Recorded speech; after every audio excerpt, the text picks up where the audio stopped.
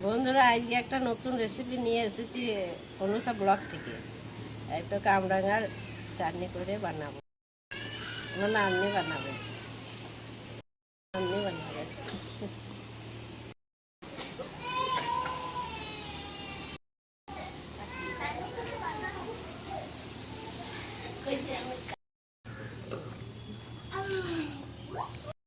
আমি প্রথমে ধুয়ে নেব।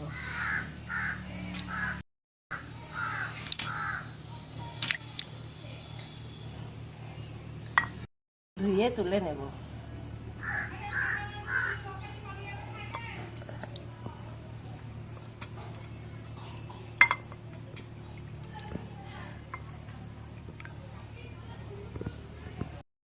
কামরাঙাগুলো আমি গোল গোল করে কেটে নেব।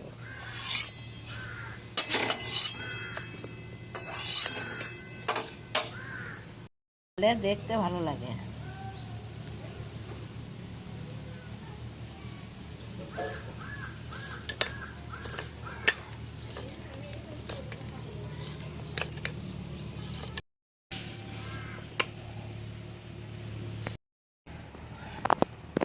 কড়াই গরম হয়ে গেছে, তেলটা দিয়ে দেবে।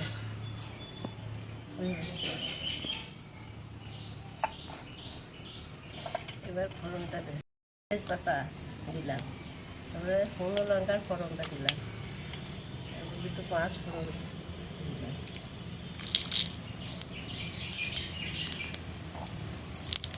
এবার সরিষার ফোড়নটা দিয়ে দেবো।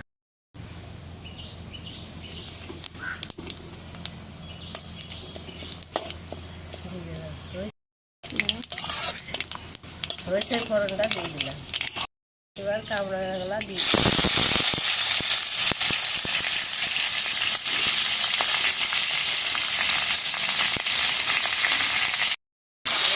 সরিষার ফোড়নটা দিলে চাটনির স্বাদটা বাড়ে।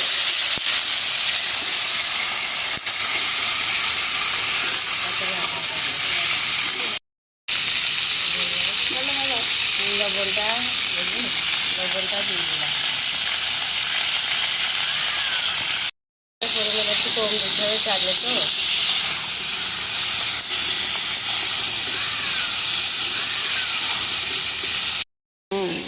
যতটা লাগবে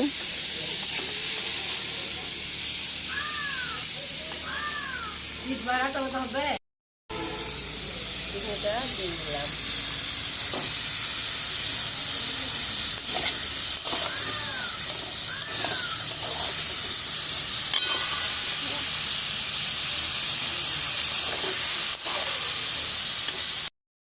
আমরা মিষ্টি একটু বেশি খাই তো, তাই একটু বেশি চিনি দিলাম। তোমরা তোমাদের স্বাদ মতো চিনি দেবে।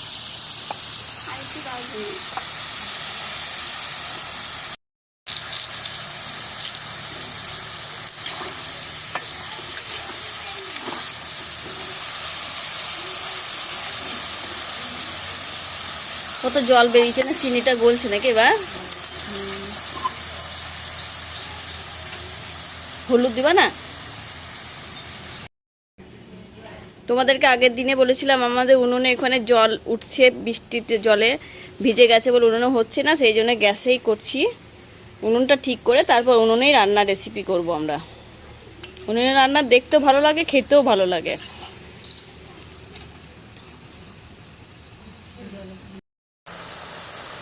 কি সুন্দর লাগছে না? স্টার স্টার মানে স্টার।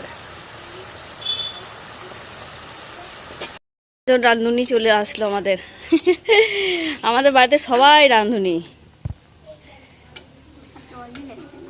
গন্ধ বেরিয়েছে কিন্তু খুব সুন্দর।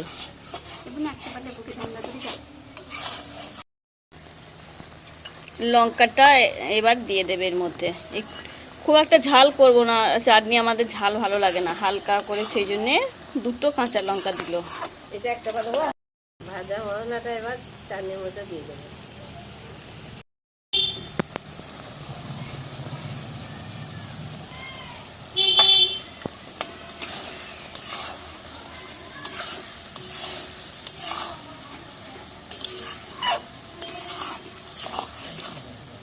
দিয়ে দেবো। রসটা দিলে কি একটু টক টক ভাব আসবে, দেখে খেতে ভালো লাগবে, সেন্টটাও আসবে। এটা আবার গন্ধরাজ লেবু। দেখো কালারটা কত সুন্দর হয়েছে। আমার মেয়ে চাটনিটা ভালো করতে পারে, বলছি তো নাচছে।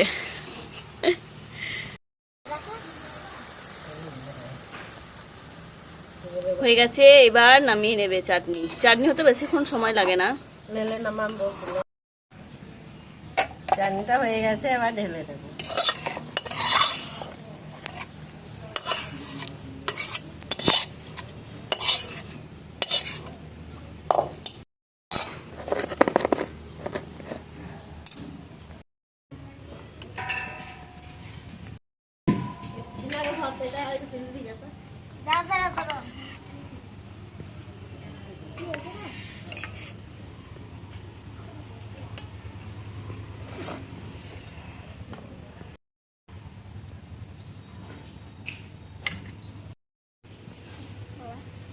এই দেখো টেস্ট করতে চলে আসলো।